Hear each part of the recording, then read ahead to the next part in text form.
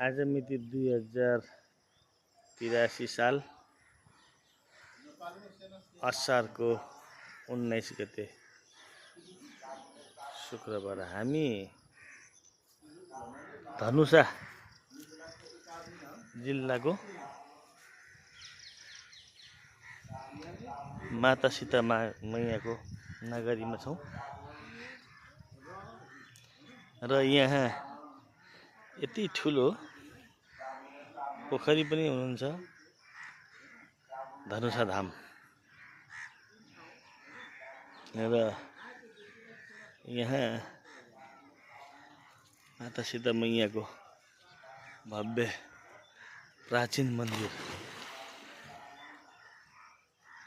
2005 सालमा बनेको यस प्राचीन मन्दिर ऐतिहासिक मन्दिर र यहाँ आउने अवसर मिल्यो र यहाँ आएर आरतीमा सामेल हुने मौका मिल्यो गुरुहरूसित आएर गर्ने मौका पनि मिल्यो। ल हेर्नुहोस् कति पुरानो छ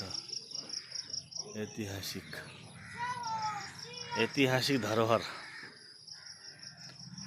यस्ता ठाउँमा हामीहरू आफ्नो ठाउँमा पुग्न सक्दैनौँ।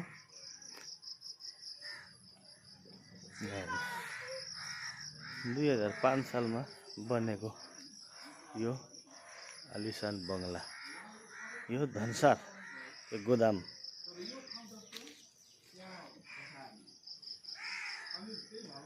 यो हाम्रो उसको बुटो साह्रै राम्रो। यो फल कसरी चिन्नुहुन्छ? यो फल हो भनेको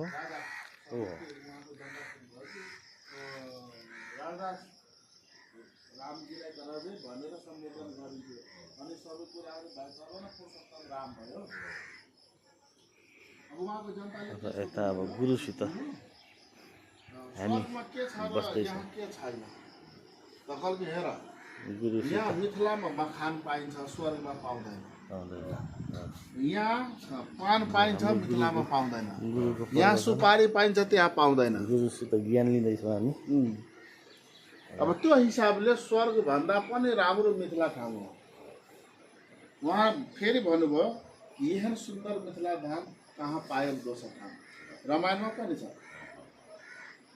कि यस्तो सुन्दर ठाउँ, रामायणको ठाउँ, भगवानको सीता माताको ठाउँ अरू यो संसारमा कहीँ छैन।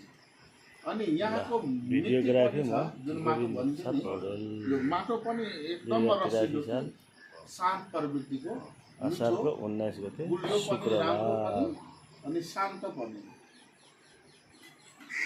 गुरु यो के हाम्रो अहिले हाम्रो यो सम्प्रदाय भनौँ अथवा